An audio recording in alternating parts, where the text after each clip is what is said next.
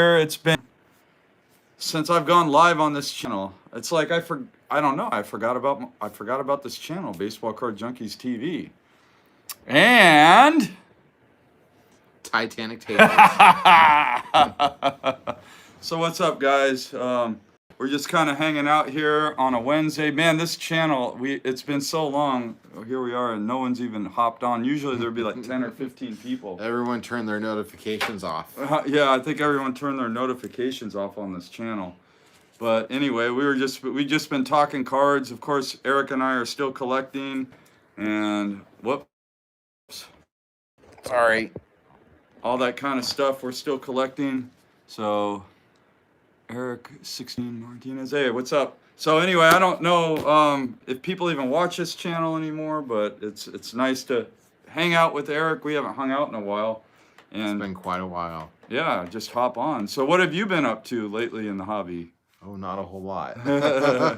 I haven't bought a baseball card since like June or July of last year. Wow. Okay. So, yeah, well, it's been a while. Yeah, I made a trade today at my local shop, so I'll show you guys real quick. I got this 1989 Fleer Glossy Ken Griffey Jr., which is different than the, well, I don't know. Maybe I'll grab a regular 89 Fleer. And well, it's got a glossy front and a different color back. Yeah, so it's from a box set. You couldn't find them in packs or anything like that.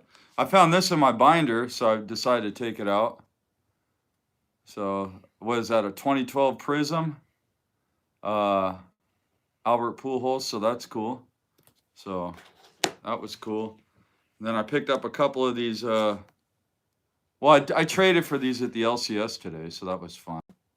Giancarlo Stanton. Yeah. So what do you think of what's been going on in the hobby the last year or so, Eric?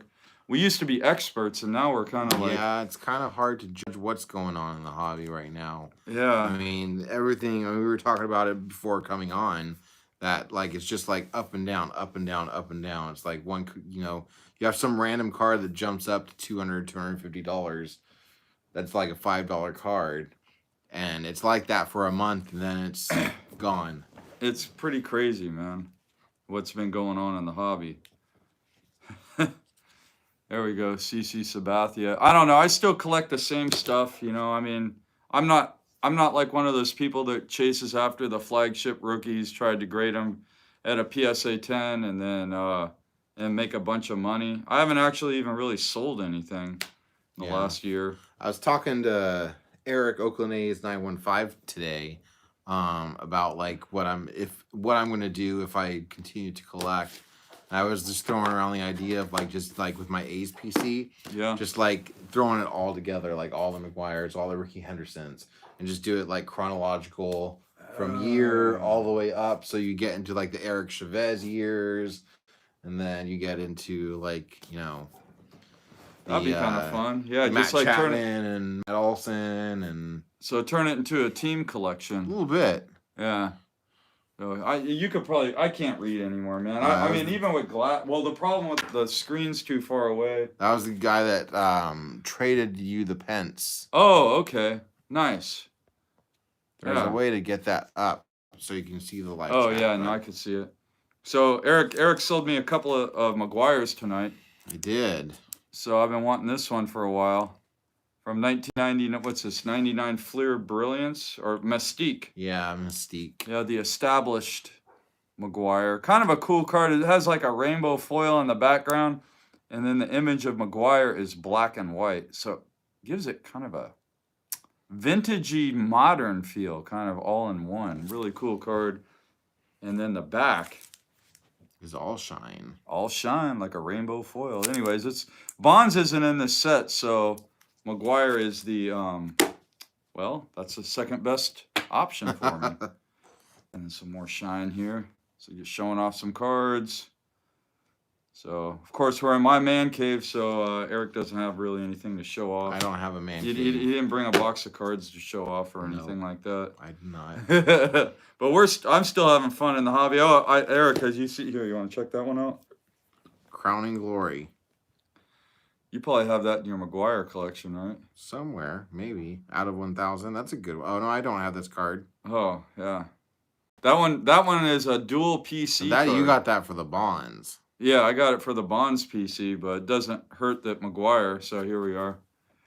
So that's the side A. Bonds is the side B on the card, but need it for the Bonds collection. So got those, and yeah. Anyway, so the hobby, man, it's changed a lot in the last year. Probably, I don't know the last time we went live here on this channel. Yeah. But it's been a long time. So since then, I obviously, well, to some people, I've made the decision to liquidate most of my collection. Just because for me, it's like, it's time. You know, it's like, hey, if there was ever a good time to get rid of your cards, now would be the time. So. Yeah. So. So that's kind of where I've been. I've been, you know, focusing more on work and, you know, spending time with my son and, you know, family stuff. Yep. Yeah, your son's getting older. He's, how old's Owen now? He's 6.5. Wow. Yeah. Yeah. Damn, dude, they grow up so quick, man. I remember when Owen was an infant the first time I met him. He was probably like 3 months old. That was like right when you first got Zoe, too. Oh, yeah. That's my dog. For those that you don't know, I got my dog Zoe. But it's still fun talking cards, collecting cards, and so if you can read it. I can't read any of that. They're very small writing. Yeah, in the last year, my eyesight has gotten a lot worse. So I literally, like, I have glasses throughout my house. I don't know. I was like, it's funny. I get pissed too because I'll be walking around and I'll be like, oh, I need some glasses. Where are they? I can't find them. And then I'll look around all the different places where I leave my glasses, and then I'll go upstairs to my bedroom on my nightstand. There's like 5 pairs of glasses. I'm like, God, why can't they all be where I can? You know, I got to learn how to have a pair of glasses everywhere. Because you pick them up from where they are, you put them on, and then when you go to bed, you're still wearing those glasses. I know, I'm an You take idiot, them off man. and you set them down. Oh, and man, I don't know. And I do that at work, too, so I got to, like, figure out a system. You should get a dispenser. I know. Like, in all the spots where you think you're going to need glasses, that just dispenses, like, 5 glasses. It kind of sucks, though. Like, collecting baseball cards and not being able to see sucks. So, like, when I go to a card shop now, or, you know, when I'm going, anytime I'm just doing anything involving baseball cards, but I hate it, like, because I frequent the local card shops, you know, probably like once or twice a month I'll hit up the LCS, and if I don't have glasses, I can't see anything. I'm like, what the hell am I looking at? What card is this? I don't know what it is. So, I don't know. I've learned to bring glasses to the card shop now, so at least I can see what the heck I'm looking at. So I don't even know how YouTube has been over the last several months. Like, how has the whole, like, needing to determine if you're for kids or for adults? Oh, no, that was just that. What was that thing? Kappa? What was that called? That was way blown out of proportion. The community freaked out, and I think that it wasn't communicated very well from YouTube, and it turned out to be literally nothing. Like, it had no effect on how I run my other channel. Yeah. What it did is it actually killed this channel because for some reason, I think something happened and now it did kill this channel. I think it's because we said a bad word a couple of times or something like that. Or maybe it was in the settings or something. I don't know. We'll have to go back. I don't know. I'm going to try to get this channel going again at some point. I don't know when or how, but... It's a good channel to like have like if you're doing a 3-way call like with some people like pop it on this channel or something like that. Yeah. But we've had some good times on here, man. We've made some epic videos, dude, that were fun. And I think we maybe had a good video. Our first video was like where we kind of like set everything like in the hobby, like this is what's going on in the hobby. This is like, you know, what a error card is, or you know, we made some fun. Remember when Aaron Judge was like hot in 2017, and we were saying like, oh man, Aaron Judge, his cards are gonna, you know, his career is not gonna be like how it is this year. Yeah. I mean, I remember that. I mean, if you guys want to go look back on the archives and we talked about Aaron Judge, we pretty much nailed that one. Another thing we nailed was Albert Pujols cards taken off in the hobby. Yeah.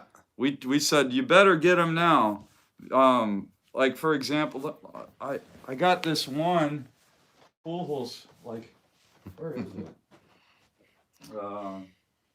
Dual player cards, like. Oh, is that Yeah, all his rookie cards just went crazy, man. But I mean, right now in the hobby, pretty much all cards are going crazy. So I don't know if we didn't predict this. We didn't predict the pandemic or anything like that. Oh, we could have. We're saying that we could have. Yeah, we could have. Yeah, but here we go. Like these cards here are going crazy. The Pujols Ichiro dual rookie. This is just such a cool. Like, I think that's like the only rookie card where there's like two ironclad locked first ballot Hall of Famers on the same card. Of course, we've had fun talking about this card over the years. God, that card is beautiful. Oh, that Mike Trout? Yeah. Oh, my God. I sold my rookie for $700, I believe. Wow. Back in October. Anyways, November. got that one there. Oh, I see Crazy Kev. I can see your name, Crazy Kev, because I know your avatar. Oh, he said he's chasing 700 home runs and could. I don't think Pujols is going to get to 700 home runs. Well, if he retires after this year, he probably won't. What's he at, like 640? No, he passed up Willie Mays last year. Okay, so 6. Yeah, I forget what he's at, but he's definitely past 640. If anybody knows how many home runs Albert Pujols has, comment in here. All right. Oh, we got Ray in here. Okay, I see. I collect Ichiro. I'm trying to look at the comments. Let's see. Albert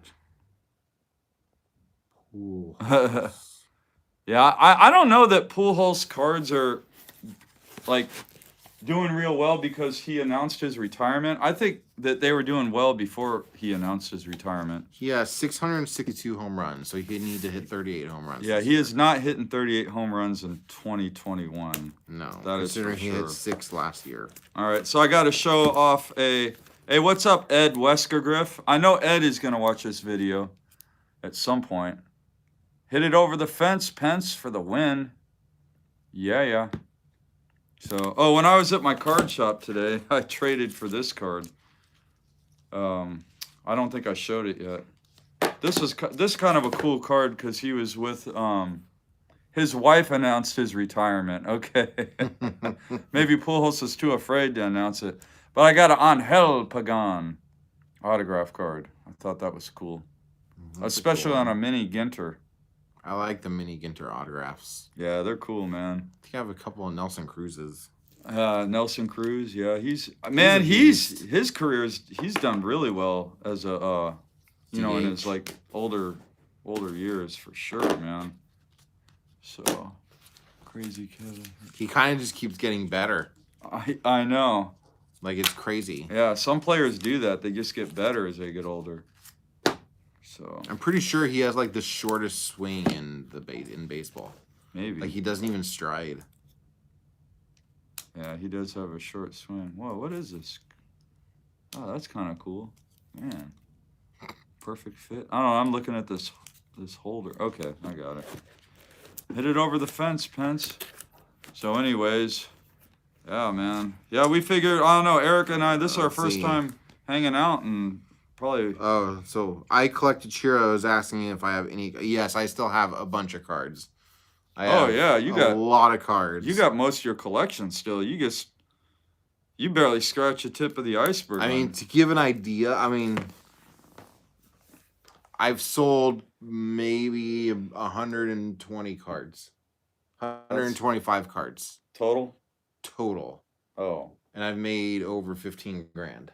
Well, that's the market right now. So divide 100 or 15,000 by 125. And that gives you like my per card average. Yeah. Yeah. So that's like. That's the market right now if you're going to get out of the hobby, man. That would be the time. And I collect yeah, I'm not completely getting out of the hobby. Like, I'm still gonna have a collection. Like, I'm like Ace card. Like, I'm keeping all my Mark McGwire Ace stuff, though I've sold some of the higher end stuff. And then my Canseco's, Giambi's, Ricky Henderson's. Yeah. You know, and I think what I'm gonna do is I'm just gonna kind of focus on building like cool sets like that are like 500 home run club sets or 3,000 hit sets or stuff like that. Yeah, I mean, there's always like once you're a hobbyist, once you're a baseball card junkie, you could never like fully walk away. Yeah. You could never fully You know what walk it away. is it's tough because like you look at it and some of the cards, like especially for me, the A's cards for Mark McGwire, they're like so nostalgic. You know, and like the Ricky Henderson, like when I was a kid and I was opening packs, like I wanted to pull a Ricky Henderson base card or a McGwire base card or a Canseco base card. Oh, hell yeah, dude. Like, I gotta, you know. Yeah, dude, you know, I remember ripping packs of 1988 Donruss. Yeah. And when you got the McGwire MVP insert, remember that? You were like, oh dude, wow. The McGwire, fuck yeah. Oops, excuse me. Hell yeah. That's why we. That's why no one can find our channel anymore. I know, huh? Dropped the F-bomb. What's another one? Like the 87 Diamond King McGwire. Oh, that card was a big one. Oh yeah. Or one of the Grand Slammers from Donruss. Yeah, like 89 Donruss, the Grand Slammers. Or the 87 Donruss Canseco. I mean, man, those cards bring back memories. The man. 87 Topps Canseco. Oh yeah, with the rookie Gold Cup. That was like you pulled that, you were like, yeah, like the gold light shining down on you. You got to keep those cards, man. You can't let that stuff go, man. That's the nostalgia. So much there. Plus, man, you got a good you got that McGwire signed jersey, that Canseco designed jersey. When we went to the signing with McGwire, Eric got to meet you got to meet McGwire and Canseco now. I've met McGwire, Canseco, Dave Stewart, Albert Pujols, an awesome guy. Dave Stewart is an awesome guy. Yeah, he was a lot of fun. Albert Pujols, Dennis Eckersley. Yep, Eck. Yeah, we met Mark Simeon. I got to meet. Oh yeah, Marcus Simeon. Now he's with Toronto. Like me and Eric actually talked to him. Like he had a little conversation with us. Yeah, that was cool, man. So Simeon was cool. Yeah, that was cool. That was a fun event. Yeah. Tony La Russa. Yeah. We got to meet. Yeah, didn't you guys take a picture with him? Yeah, we did. Yeah, that was cool, man. Yeah, all those cards though that go along with that, man. Like, God, the junk wax was so fun back in the late '80s. It's kind of exciting seeing the hobby boom again. Because there's going to be another generation of people excited about the hobby like we were when we were kids. Yeah. And then people might walk away, but it seems like collectors always come back. I think part of it is I think the pandemic has a lot to do with it. Well, yeah, I mean, people are home. Has a lot to do with it. People are home. They're not going on vacation. They're not going out to dinner. They're not going to the movies. They're not going out dancing. They're not going to fucking see the fireworks or whatever, right? Yeah, so they want something. So they got to have baseball cards. Yep. I really, really think that in the next couple of years, the market is probably going to go down again. Oh, well, yeah. I mean, it's cyclical, right? That's why I don't feel bad about selling some of my higher end stuff right now. Yeah, maybe you could pick it up later, huh? Pick it up later. Like, if you've watched the hobby over the years, it's always been up, down, up, down, up, down, up, down. Yeah, but it's like you're yeah, right now. Right now. But again, we have this really weird thing going on that isn't the normal the normal way of life. Yeah, it's not, man. So, but yeah, there's a lot of stuff I'm going to be keeping. Yeah. There's a lot of, I'm still going to have a pretty big collection, but it's just a lot of the cards there. It just makes, in my mind, it doesn't make sense to keep them when there's this crazy market thing going on. Yeah. And there's nothing wrong with, keeping some of your stuff, selling it or whatever. I don't know. I mean, that's what's great about our hobby is it keeps us occupied. It makes us happy. And if we're if we need to sell, we can sell, I mean, it's not like we're wasting our money. Yeah. I mean, you could always get your money back for your cards. Hopefully, that is. Yeah. You know, unless you collect like Robin Ventura or something like that. Yeah, I don't know. Maybe some of those tough to find inserts of Ventura would sell well, but other than that, yeah. Yeah. I don't know. I mean, like the way I collect, like I have enough knowledge in the hobby where I could buy cards and flip them and make a lot of money. I just choose not to because I continue to invest in stuff that I enjoy, not stuff that can make me money. I figure I go to work and make money. That's just me personally. Like I know, you know, oh, I should be buying these cards and I can sell them for more. But well, I guess it to me it wasn't about making money. It was because like I have a good job, right? I can pay my bills. I can go out and do things. It was more about like why do I collect? Yeah. What is the purpose for my collection? If it is only just for pure pleasure, like, and the excitement of having the card, why do I worry about keeping it in good condition? Yeah. Right? So I keep it in good condition so it can hold its value. Yeah. So when I looked at it that way, and I looked at the fact that I just don't have the time to focus on organizing my collection or like keeping up with it. And the fact that my son is getting older. Yeah. And it's like he's now at the point where it's like I can go out and do stuff with him now. Hell yeah, man. Like, we can go fishing, right? Yeah. So it just was like, and the market's so high right now, like I in my mind I was like I would be stupid to not take advantage of that. You know, and I'm not like gouging like, you know, for friends or people that I'm connected with through YouTube or whatever. Like, I give good prices. Yeah. It's not like I'm like, I see a card, oh, it's selling for $500, even though I know in 2 months it's going to drop down to 100. Yeah. You know, I'll sell it for, you know, I'll make a deal. Yeah. But it just got to the point where it's like, I would rather spend time with my son and, you know, going out and do things and getting back into bass fishing than worrying about having to check eBay every day, a couple times a day to see that rare McGuire card or whatever pop up. Yeah, but you know what's cool is like your son is only gonna be, you know, a kid once, right? Right. But the hobby is always going to be there. So like you only get that experience of like, for example, him catching a fish by himself and reeling it in and being excited. You get that one time. Yeah. That first time. And it's like I want to be a part of that, and I want to, you know, be able to spend my time doing that kind of thing. Yeah. And the hobby is always going to be there. I mean, I've stepped away. Well, I mean, I was younger when I stepped away, but I stepped away for like 6 years. You know what's funny is when I stepped away, I was partying the whole time. I was like probably drunk about 80% of the time. I was drunk for about 6 years. Well, yeah. and when I sobered up, the hobby was still waiting there for me. Yeah. I mean, to be honest, this is now the third time I will have sold my collection. Yeah. Right. But you're not selling all of it. You're just I'm not. I'm selling like the stuff that's like. Yeah. Well, I mean, like the ones that I got off you tonight, man. Yeah, it's like the stuff that's like. You still get to look at it though. I know. When you come over. I remember when I had that card. Yeah. Yeah. Check out these cool cards I got off Eric. So you guys know I'm a side PC McGuire, so I looked through some of his stuff and, well, picked them up. Look at that shine. Of course, none of them are in an A's uniform because he's keeping all the A's. A lot of those, yeah. But man, I sold some of the stuff that like that Eric didn't have. Yeah. I sold him some of the the 90, I think it's 96 finest. Oh the gold, the yellow. Oh yeah, the Cobra Kai. The Cobra Kai card. I sold him that because he didn't have it. I think I want to say I sold him the 97 finest gold refractor.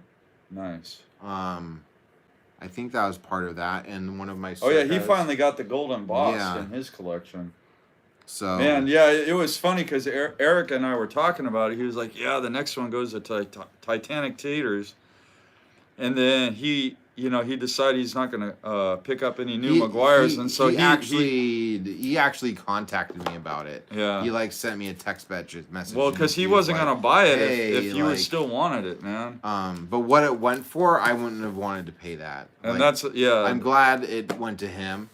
Like out of everybody, I'm glad it went to him. But it wasn't a price that I ever would have wanted to pay for a baseball card. Yeah, and that one went pretty steep. Like I feel like for me, the most I would ever pay for a card would probably be between like the $500-600 range. Well, what's funny is like once you break that $1,000 barrier, it's easy the second time. The first time is hard, right? The first time you spend $1,000 or more on a card. Oh man, you think like it's so difficult. You're just walking out like, why did I do that? But you know what? Every time I spent $1,000 or more on a card, first of all, it was a no-lose situation because the cards, all of them have gone up in value a lot, right? So I've done really well. I haven't sold them, of course, I've kept them, but it's been some of the best purchases I've ever made are the cards I've spent $1,000 or more on. Yeah. So I think that's what makes it easier the second time. It's like, okay, I know this is expensive. I really want it, and it's fucking worth it, and I can afford it, and it's not going to kill me. Yeah. So do it. Buy that card. Yeah. I also think part of the direction for my collection, me deciding that it was time to get out partially at least, was the fact that I got to meet Mark McGwire. I got a signed jersey from Mark. Like how much bigger can you go? Oh man, right? Yeah. I mean, that was like your childhood hero. Once you get that experience, it's like, man, McGwire was cool can that too, go, man. You know? McGwire was hella cool too. Yeah, I'll show this one off because you were there, Eric. You were there when I was there. I got this one here. So signed in person from Big Mac. Always wanted his rookie card autographed. So it turned out pretty well. That was a good time, man, for sure. Now the one player I have never met, Barry Bonds. Never met him. He's around San Francisco all the time. I know. He's around here in Santa Rosa all the time. You just got to start stalking him. I know. Check out his Facebook page. You know what's funny is at work about 2 or 3 weeks ago, I sold this lady. I made a sale to this customer at work, and she was. And somehow it came up that I collect Barry Bonds baseball cards, and she was like, "Oh my God, I totally met him like at a wedding, at my friend's wedding, and my friend's like good friends with him." And she starts telling me all this shit about Bonds, and then she busts out her camera and shows me a picture with her and Bonds. Just like she's like, "He was so nice. We had a great time. That guy was awesome." So he's around. I mean, he's around up here all the time. I just never ran into him. Yeah, it's probably going to be a tough one. Yeah. You have to find his Facebook and start Facebook stalking him. Well, I'm friends with his cousin on Facebook, so that's as close as I've gotten. Meet his cousin. Yeah. Be like, this is Barry Bonds' cousin. Yeah, no, she lives in Las Vegas. She's not from around here. Okay. So that makes perfect sense. Yeah. So, but she friended me because she found me and we started hanging out and stuff. She's ironically a big Michael Jackson fan, and she collects a lot of Michael Jackson. So Michael Jackson. Yeah, who doesn't like Michael Jackson? Anyways. Oh man, yeah. So that's why that McGwire jersey was kind of one of those things that I was like, does it get any bigger? Man, how many? You had like 1 or 2 inscriptions on that thing? I can't remember. There's a signature, and then either 5 or 4 inscriptions. Oh man, I know that Canseco had like. I had him do 87 Rookie of the Year, 89 World Series champ, I think 583 home runs. Oh wow. And should have been MVP in 1998. Home runs, 1998 or something. I'm pretty sure it's either 4 or 5. Wow, that's a lot of inscriptions. You got to get that thing framed and. I know, eventually. Right now it's in a plastic, like, one of those dress bags. Oh, really? Yeah, along with the Canseco one. Damn, dude. Man, I'm telling you, Canseco, McGuire and Sosa, 1998. That was the greatest summer of baseball. I had so much fun watching that home run chase. Yep. I remember where I was when McGuire hit number 62. I was living in San Rafael, and I was in my apartment, and he hit that line drive down the left field line, and it barely cleared the fence. Remember, it didn't even go up into the crowd. It like went into like that little area underneath, and that was fantastic, man. Great memories. So maybe I'll show some oddball cards I got just to kind of. Oh man. Sorry. I got some cool pickups here. I'll show off. Like, I've been getting really, really lucky lately. For people that don't watch my my regular channel, I've been getting really, really lucky lately. And I picked this card up here. So here's some of like the oddball, the Wilson Glove, Barry Bonds. Oh, I picked up a lot of oddball McGuires. Oh man, this card, I paid $51 for this card. Yeah, I mean, it looks like, this is from Japan, right? A Wilson Glove Japanese card. And I think it's, what year was it? 93? Hey, let's talk a little bit about Clayton Kershaw getting his World Series victory. I know, huh? You know what? Does the fact that it was a short 96. So does the fact that it was a shortened season, does that affect his legacy? Nope. You think that's going to be looked at? Nope. Because what are you going to do, right? That was a deck he was dealt, and he.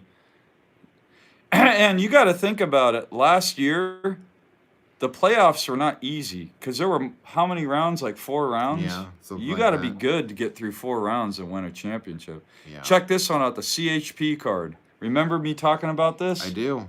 I got a copy now. Nice. Did you see I got one? Or I did. Well, now, yeah, I just saw. Yeah. This card, my friend Ben, took him about 20 years to get his copy, and he did a top 10 or top 20 countdown of his pickups in 2020. This was card number 1, and this was card number 2, and I happened to get both of them in 2021.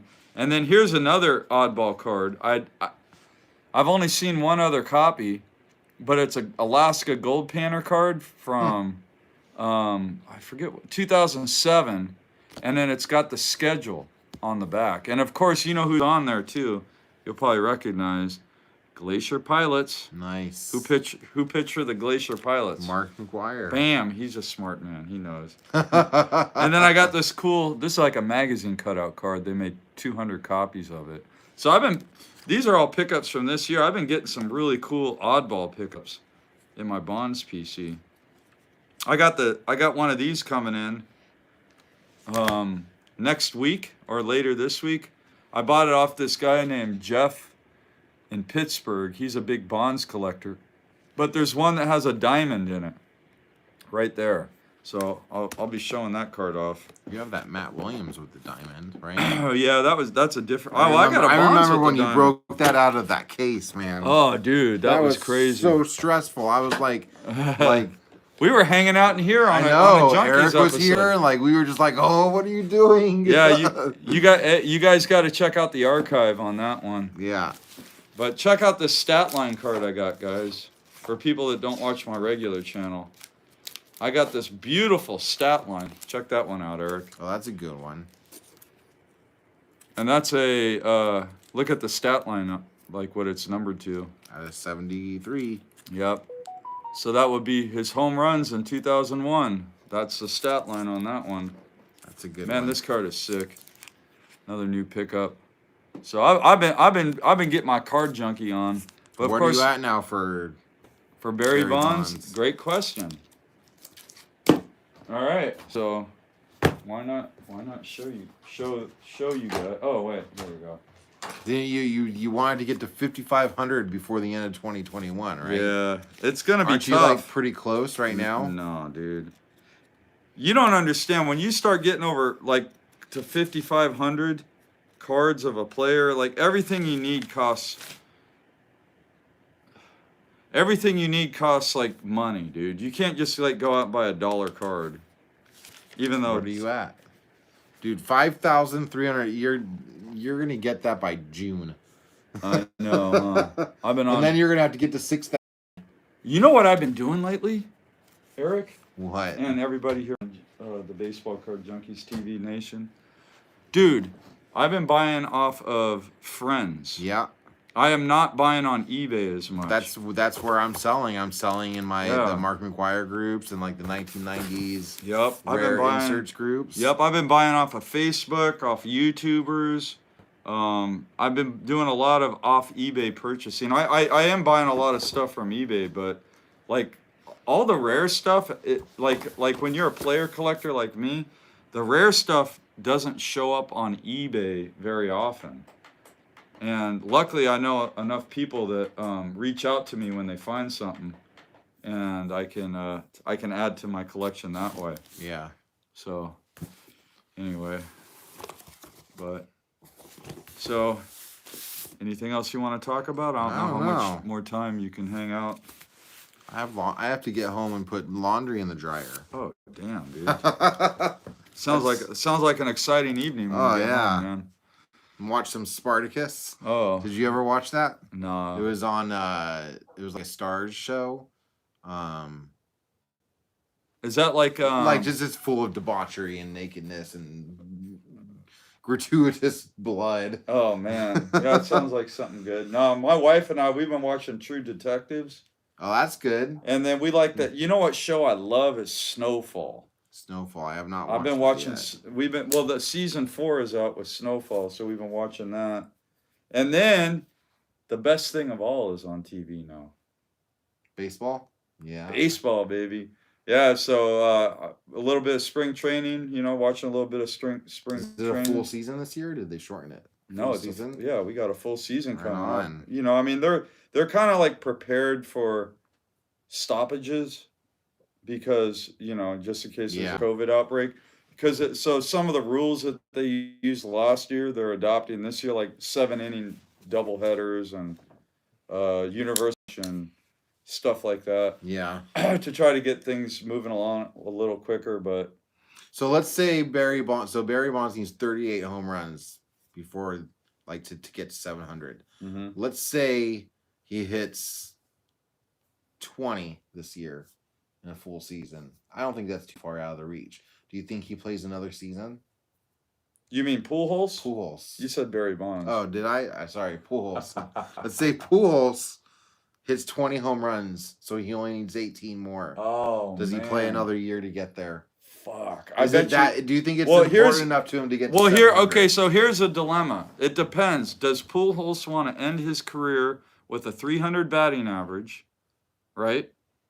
Yeah.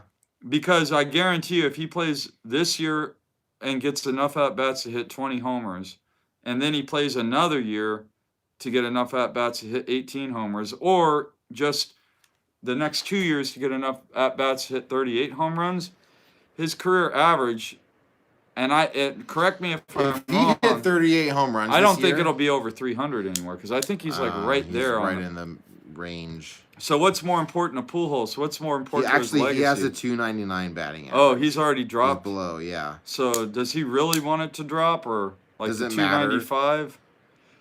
God, Like, I can't believe his career batting average is under 300. Like, he's going to make the Hall of Fame just based on his 2001 through 2012 seasons. Like, it's arguably probably the best 12 seasons put together in the history of baseball. Offensively, yeah. Offensively. Yeah.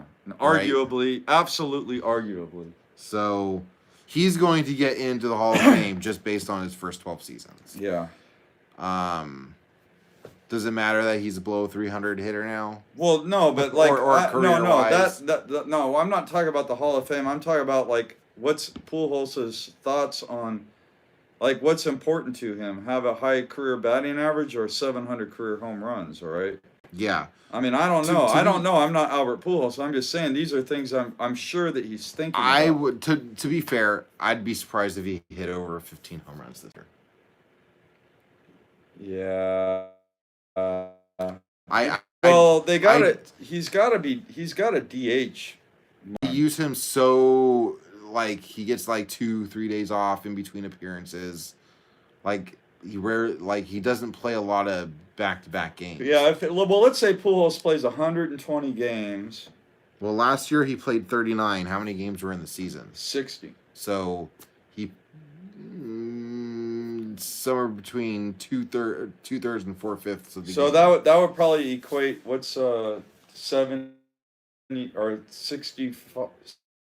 67% of, or 65% of 150, 62. Yeah. That would probably be like about 100 games. 100 games. Yeah, so if he played 100 games and had 4 plate appearances per game, which would 150 at-bats, right? Yeah. And then if he's hitting 1 homer every 20 at-bats, right? So you figure 350 at-bats, 1 homer per 20 at-bats, that would give you 20, 40.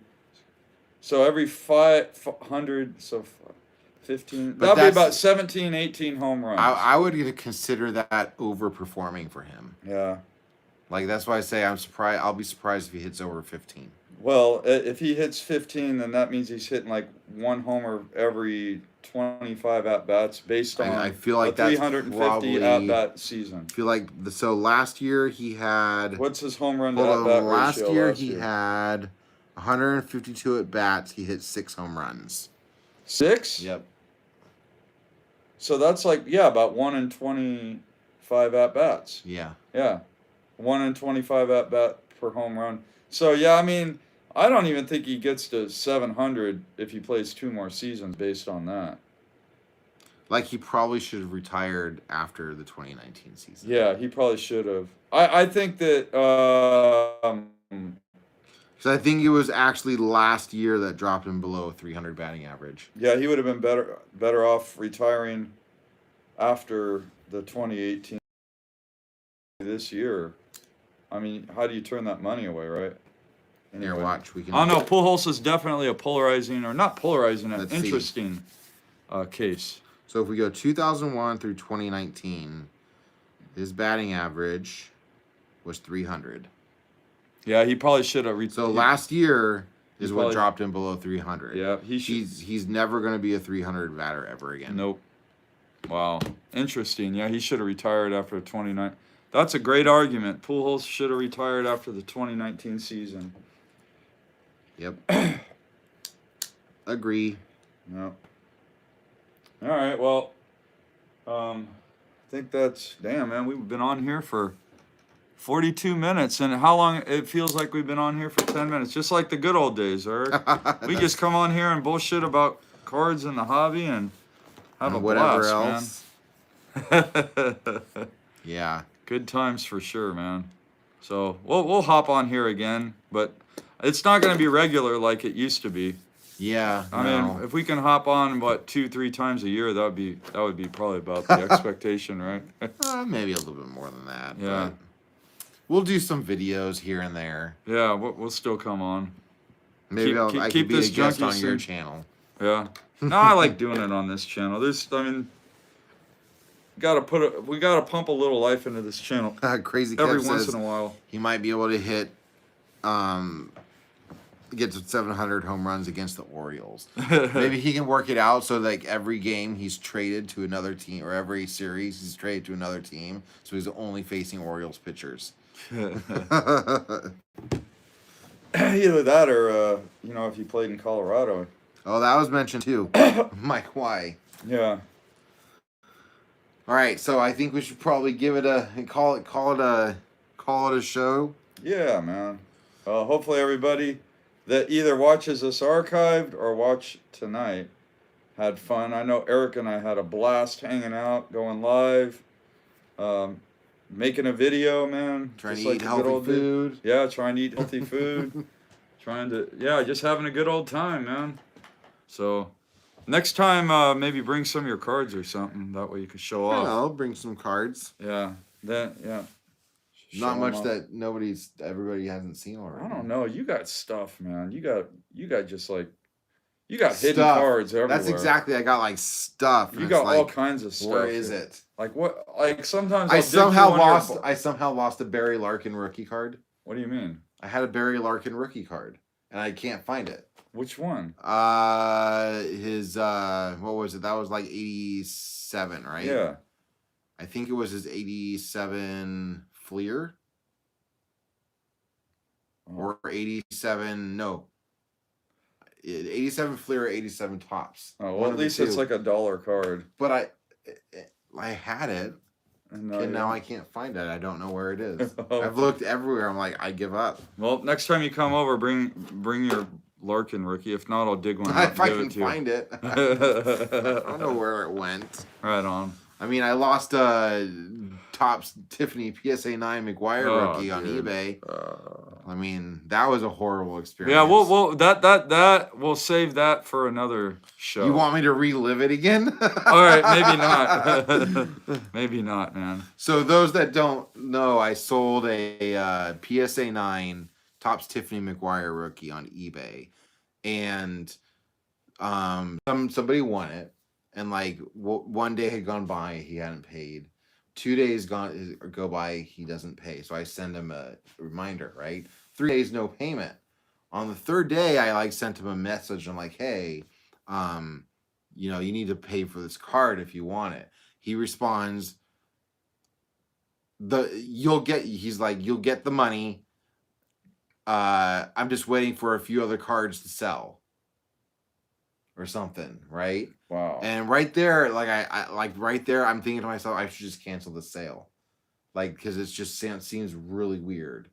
Like, if you win a card like this, typically you pay pretty quickly. And I was like, okay, whatever. He pays, I ship it out, and like I package my stuff really, really well. Like, there's a lot of tape. Like, if you got my package on Christmas Day, you're like, give me the freaking chainsaw so I can open this thing. Man, you're one of those guys.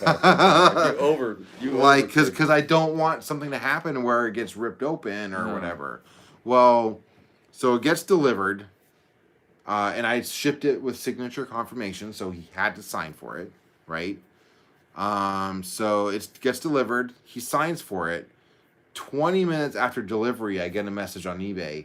Hey, do you have insurance for this that card?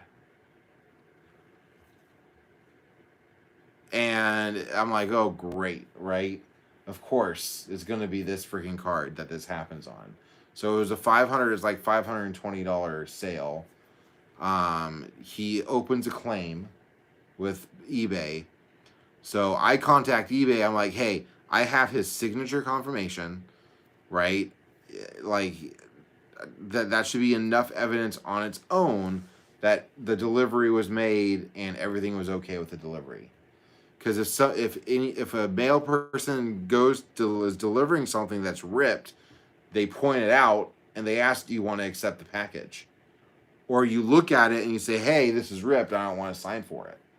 Right? Because he has to hand you the package with the thing to sign for. Yeah. At the same time. So you can refuse it. So you can refuse it. Well, he didn't refuse it, he signed for it.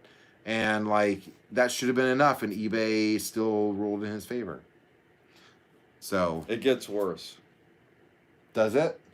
Oh yeah. It gets a lot worse. Then he ships in a box. In a box, he ships back to me the open package, completely empty, right? And I'm like, why did you even bother shipping this back? You just because he wanted the money back, like, and he wanted the card. Man, I just man. So in the future, when somebody requests to return an item that they're claiming hasn't been delivered or that it was damaged or whatever, you'd like make sure that that is actually the case. Because eBay will not rule in a seller's favor. Yeah, I mean, like we talked about earlier, send that shit to PWCC and let them sell it for you. If you have an expensive card, if you have a high-end card, send it off. Don't sell it on your eBay account. Give it to a consignor, man. Yep. Because, man, yeah. Anyway. Yeah, that's the horror story. Yeah. Horrible. All right, now we got to end on a high note. So let's see what can we end on. Hey, anybody that has the Mike Trout rookie card is happy right now. Yeah. Do you have any left, or do you sell all yours? No, I have some. I only had one Mike Trout rookie that I sold. Yeah, I sold the Tops update, the You Bowman had like a Chrome, and the finest one that you had Bowman. sold before. And the though. finest, yeah, I sold all 4. Damn. Yeah, that card, man. I don't know. That definitely set the tone for the hobby for the last 10 years. Palm Beach Sportscards is asking, has the card ever popped up anywhere, or do I have a pic? I do have a picture of the card still with the PSA certification number.